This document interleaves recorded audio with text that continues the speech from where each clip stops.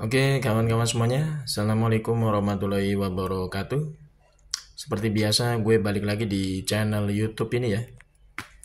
Oke, untuk kesempatan kali ini, gue masih ingin terus melanjutkan pembahasan terkait dengan salah satu manusia durjana ya, yang bernama Mukidi.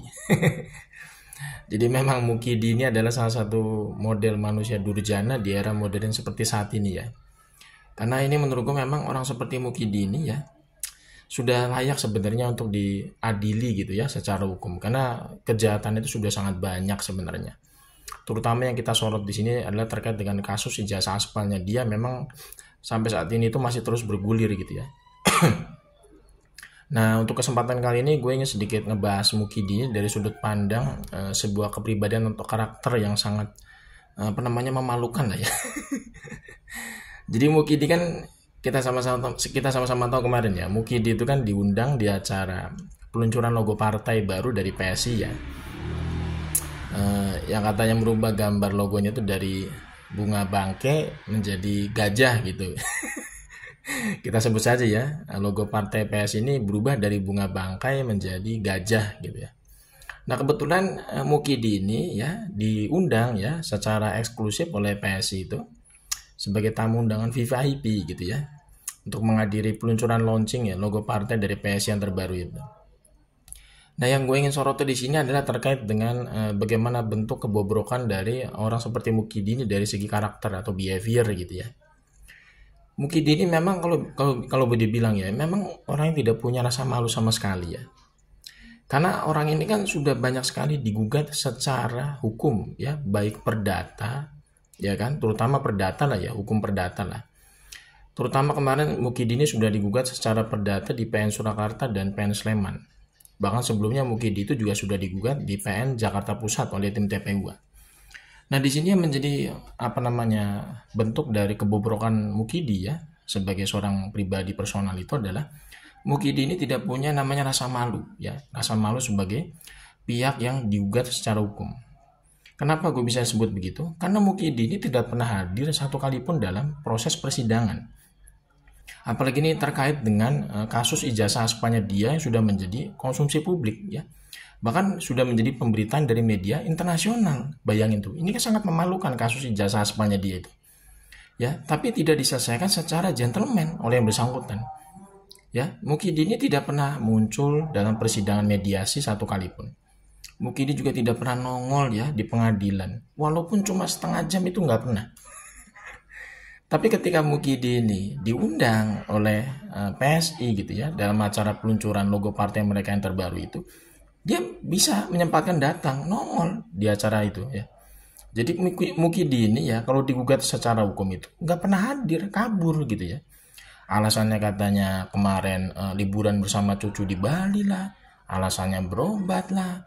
Bahkan Mukidi kemarin juga sempat ya kabur ke Vatikan gitu loh, seolah-olah mewakili negara ini ketika ada wafatnya paus gitu ya.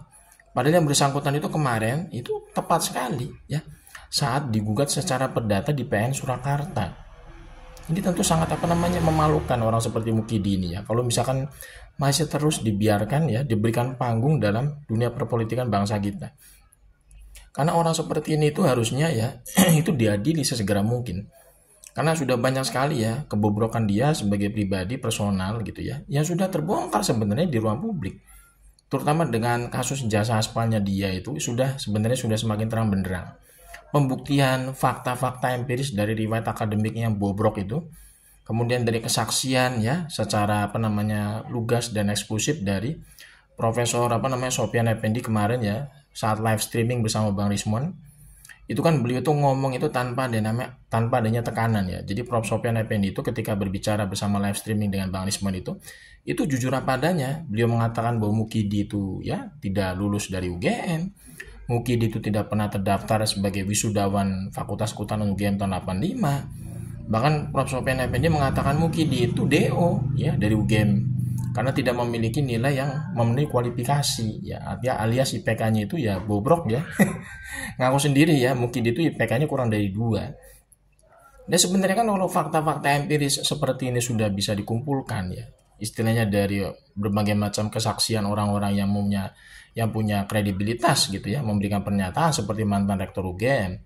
Kemudian juga di situ ada namanya penelusuran dari seorang politisi politisi senior PDIP gitu ya, Bang Beto Suryadi, yang memberikan semacam hasil analisis investigasi terbaru yang meyakinkan kita semua bahwa mungkin itu ijazahnya aspal itu karena diduga ya dibuat di pasar pramuka ya, di kiosnya seorang yang bernama Mr. P gitu ya, sebut saja di situ Mr. P, pemilik kios yang katanya diduga itu mencetak ijazah aspalnya Mukidi di pasar pojok pramuka. Ini sebenarnya kan sudah clear, terang benderang. Ditambah lagi Mukidi itu tidak pernah muncul satu kali pun dalam persidangan mediasi di PN Surakarta dan PN Sleman. Ya kan? Ini sebenarnya udah clear ya, orang seperti ini tuh harusnya sudah bisa diadili secara hukum. Tapi yang bersangkutan itu memang sangat disayangkan masih dilindungi oleh kekuasaan hari ini. Itu jadi permasalahannya.